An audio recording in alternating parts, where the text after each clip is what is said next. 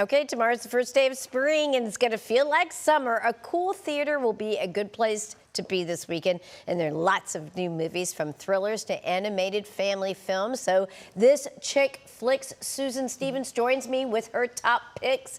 Hello, my friend. Hi. I really do,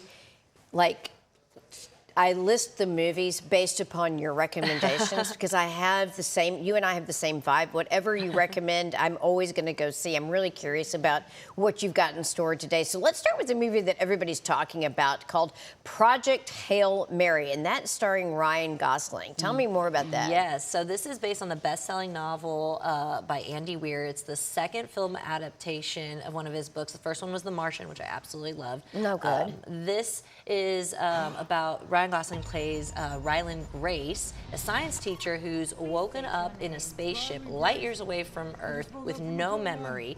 As he starts to remember, he realizes his mission is to stop a mysterious substance from killing the sun, and a friendship, an unexpected friendship with an alien life form may be the key to saving the world. And I do have to warn you, if you haven't read the book and if you didn't watch the trailer, because I try to avoid them, that friendship may come off a little corny at first. It is, you know, if you're not prepared for it. However, it is very sweet and it's really Does the alien look like an alien, or how are they able to portray the alien? You'll see it. I mean, he calls himself Rocky, or he names him Rocky because he looks like a rock. Okay. It's very like E.T. meets Interstellar, that kind of vibe. But I mean, I will say also the 2-hour and 36-minute runtime might drag a little bit, and the scientific language can go over your head. However, put all that aside, it is still visually stunning, and the main source of fuel here is Ryan Gosling.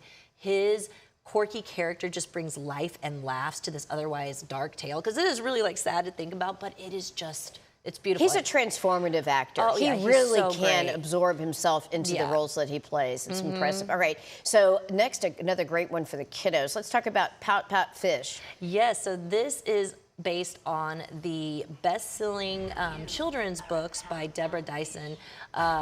This is a really cute one. It's about a fish who's always carrying a frown on his face because he has kind of avoided strangers and isolated himself from others until he meets a sea dragon named Pip, who he accidentally destroys her home, and because he feels guilty, agrees to help find a mythical fish named Shimmer to help.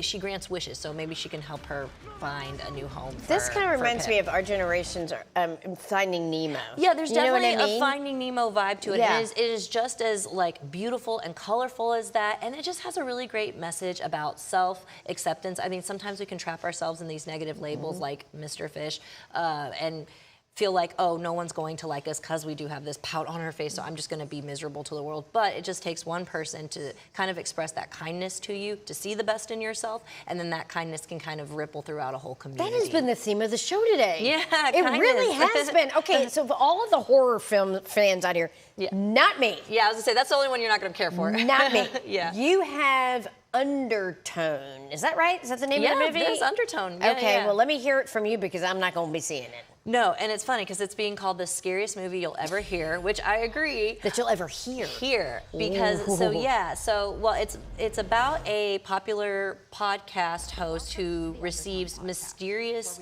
audio files that were sent to her and her co-host, and she's haunted by them. And essentially, I guess what this film does is really test your senses, because you are only ever seeing her, the main character, played by Nina Kiri, and her mother on screen. You never see any other character or the actions that are actually like being talked about and played out. That is left up to your imagination, and because of that, it's just really creative. Sounds like Alfred Hitchcock kind of esque. That you don't see the gore.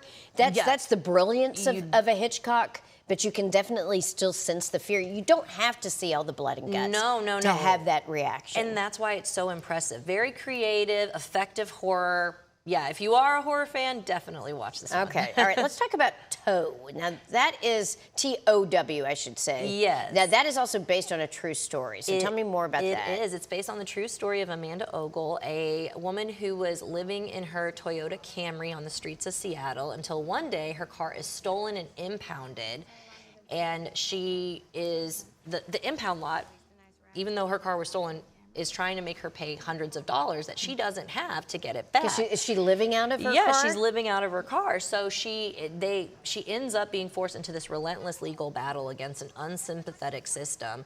And it's just, you know, the film stars Rose Byrne, who does incredible here. There's also Octavia Spencer, Demi Lovato, a really great cast. But Rose Byrne here is the one who just shines. She does a great job of playing this kind of flawed, but determined woman to just fight for what's right, because she's just been... And talk about an unlikely heroine. I mean, she had no business to fight the system, given her predicament. Yeah. And to be able to make a difference and ultimately have a movie made in, you know, with that same vein, it's got to be exciting. Yeah, it's a frustrating but inspiring tale, and I hope it does a change in what is a flawed system. All right, what can we look forward to next month? I'm really looking forward to Zendaya and Robert Pattinson's new film, Drama. I can't wait for that. Yeah, they're not giving much away on that one, so I'm really excited. All right, well, it's always so much fun to have you in the studio. Thank you so much for coming again. Thank you. Happy movie watching.